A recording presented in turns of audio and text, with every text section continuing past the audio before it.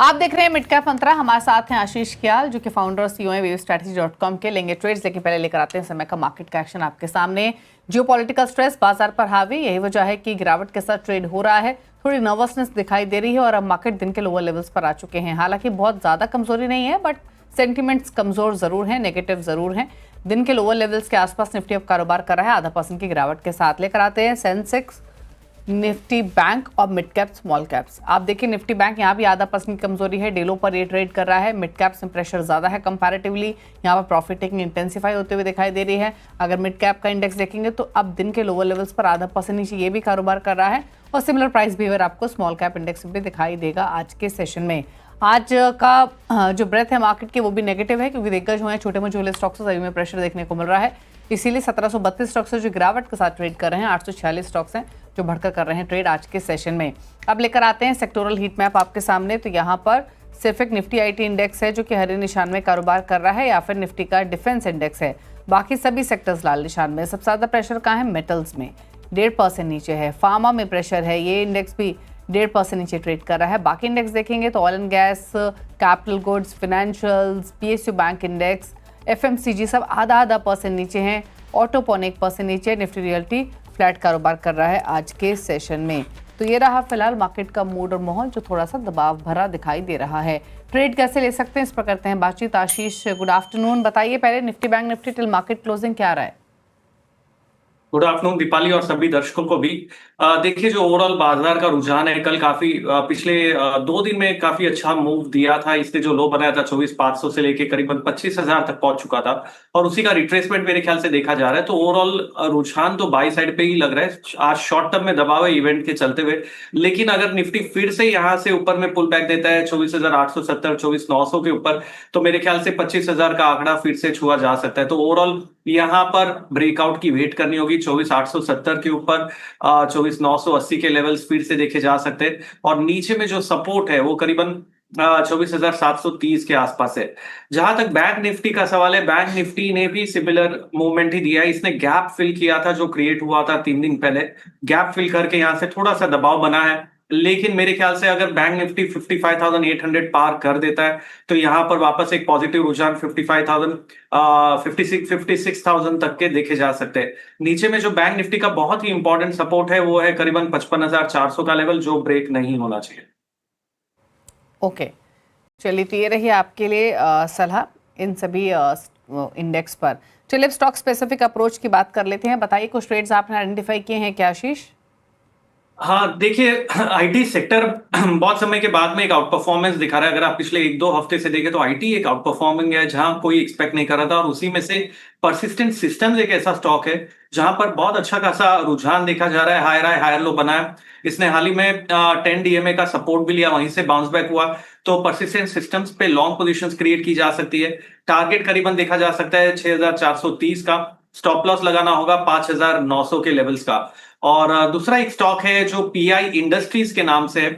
ये भी करीबन 4,100 के आसपास का स्टॉक है, लेकिन बहुत ही जबरदस्त ट्रेंड इसमें है। कल के दिन में काफी अच्छा गैप अप किया था, आज सस्टेन कर रहा है। फॉलो अप बाइंग है जहां इंडेक्स ब्रॉडर मार्केट में सेलिंग है, ये फिर भी रिलेटिवली आउट परफॉर्म कर रहा है। सो पीआई इंडस्ट्रीज पे लॉन्ग पोजीशंस क्रिएट की जा सकती है। टारगेट है करीबन 4,400 का और स्टॉप लॉस लगाना होगा 4,050 का। ओके, चलिए तो ये ट्रेड्स आपको रेकमेंड किए गए हैं। पीआई इंडस्ट्रीज खरीदारी की सलाह 4177 के लेवल्स पर कारोबार करते हुए आज के सेशन में।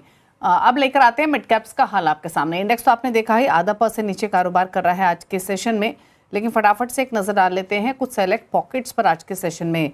शुरुआत करते हैं उन पॉकेट्स के साथ जहां पर मंदी के साथ ही ट्रेडिंग होते हुए दिखाई दे रही है, और हेल्थ केयर स्पेस में वीकनेस दिखाई देगी आज के सेशन में। यहाँ पर कमजोरी है। डिशमैन फार्मा 5% नीचे, 3.5% नीचे एस्टर डीएम है। औरबिंदो फार्मा तो यहाँ पर लगभग 3.5% नीचे कर रहा है कारोबार आज के सेशन में। कुछ और पॉकेट्स दिखाएं आज के कारोबार में जहां पर प्रेशर है, उसमें मेटल्स हैं। Hindustan zinc, Hindustan copper, Jindal stainless, NALCO, NMDC गिरावट के साथ ही ट्रेड कर रहे हैं आज के सेशन में। तो यहाँ पर भी प्रेशर क्लियरली विजिबल है आज के कारोबार में।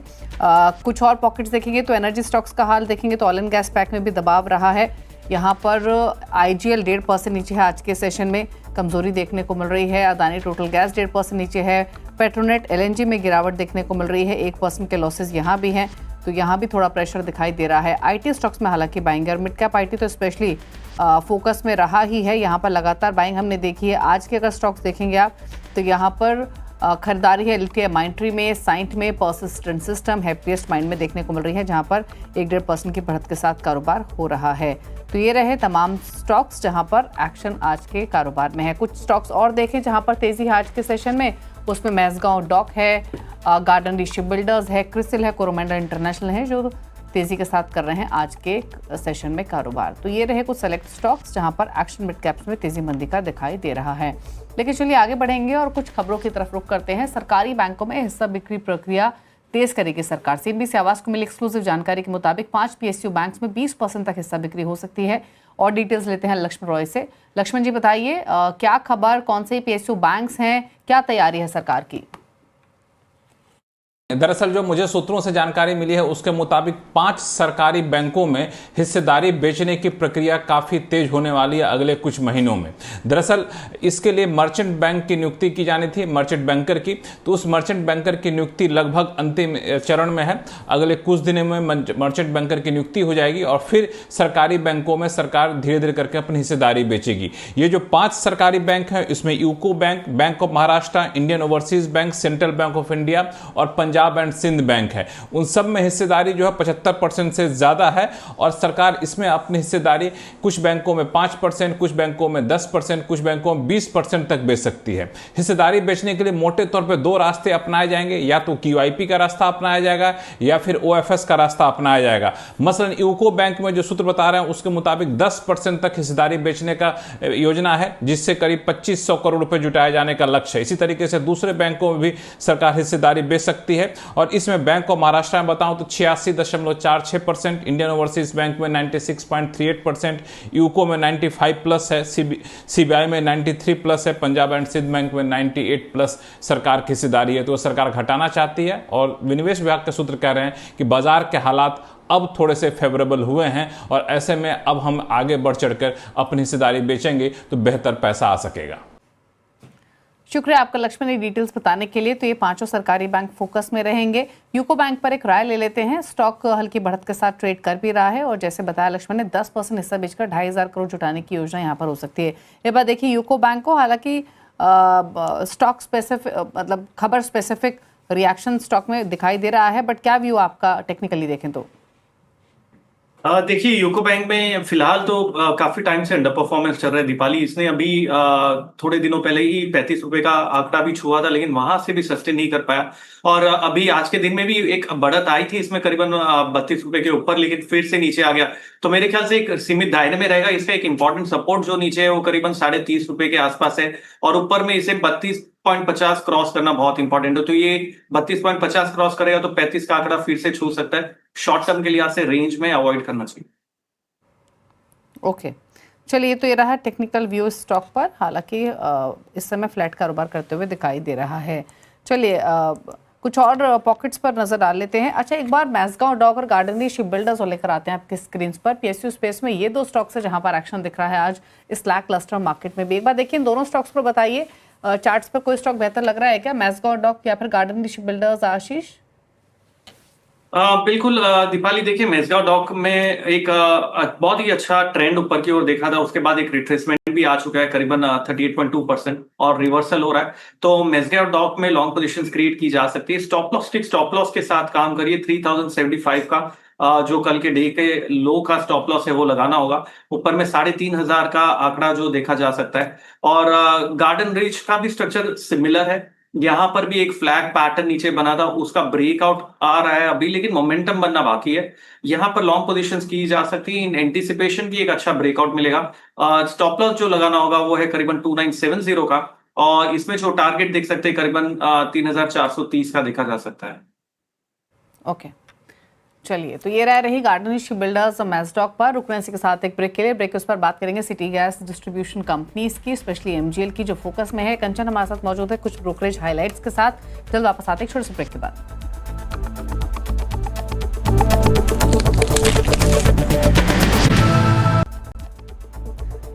ब्रेक के बाद आपका स्वागत है। देख रहे हैं मिड कैप मंत्रा। बाजार की नजर आज महानगर गैस पर है, जिसमें 2.5% की तेजी है। दरअसल नोमुरा ने सिटी गैस कंपनी पर रिपोर्ट निकाली है। क्या कहा गया इस रिपोर्ट में, बताने के लिए कंचन है हमारे साथ। कंचन, बताइए। जी, जैसे कि आपने मेंशन किया, अच्छी रिपोर्ट आई है। महानगर गैस पे यहाँ पे खरीदारी की राय दे दी गई है नोमुरा की तरफ से। टारगेट प्राइस की बात करी जाए तो 1680 कोट किया गया है। इनफैक्ट आईजीएल पे भी उन्होंने कवरेज की है, यहाँ पे न्यूट्रल की राय दी है और जो टारगेट प्राइस कोट किया गया है वो है 210 का। और गुजरात गैस को यहाँ पे रिड्यूस कर दिया गया है और जो टारगेट प्राइस दिया गया है वो है यहाँ पे इस टाइम पे 406 रुपए का। देखिए, उन्होंने अभी बोला है कि जो एपीएम गैस एलोकेशन है वहाँ पे हमें एक कमी देखने को मिली थी, जिससे जो शॉर्ट टर्म में कंपनीज हैं उनको एक चैलेंजेस फेस करने पड़ सकते हैं। अब अगर चैलेंजेस आते हैं, उनको अगर नेविगेट करना है तो हो सकता है कि हमें एपीएम गैस जो है वहां पे कमी देखने को मिले और कमी से इनको प्राइस हाइक जो है वो करना पड़ सकता है, जिसके वजह से इस टाइम पे जो चैलेंजेस है काफी ज्यादा हावी होते हुए दिखाई दे रहे हैं। साथ ही साथ जो स्टेट ईवी पॉलिसी है उससे जो सीएनजी ग्रोथ है उस पर भी आने वाले टाइम पे हमें एक प्रेशर जो है बाउंड अप होता हुआ दिखाई दे सकता है। साथ में गैस के जीएसटी में शामिल होने से जो गुजरात गैस लिमिटेड है उसको यहाँ पे सबसे ज्यादा फायदा जो है वो आता हुआ दिखाई दे सकता है। यानी कि gist of the story, sector में जो महानगर है वो टॉप पिक बना हुआ है और जो गुजरात गैस है इस टाइम पे कम पसंद आ रहा है। शुक्रिया आपका कंचन ने डिटेल्स बताने के लिए। तो भरोसा नोमुरा का एमजीएल पर, यही वजह है कि बाकी स्टॉक्स में एक्शन नहीं है, लेकिन एमजीएल तेजी के साथ कर रहा है ट्रेड। लेकिन मनी कंट्रोल सुपर प्रो के साथ आपको अपने पसंदीदा शेयर पर पल पल का अपडेट मिलेगा। या स्टॉक अपडेट फीचर के जरिए आपको रियल टाइम अलर्ट मिलेंगे। साथ ही आपके चहेते शेयर पर अहम कॉर्पोरेट अनाउंसमेंट का सटीक एनालिसिस भी मिलेगा। इससे आप फटाफट फैसले कर पाएंगे। तो दीजिए अपने इन्वेस्टमेंट को सुपर पावर और सब्सक्राइब करें मनी कंट्रोल सुपर प्रो।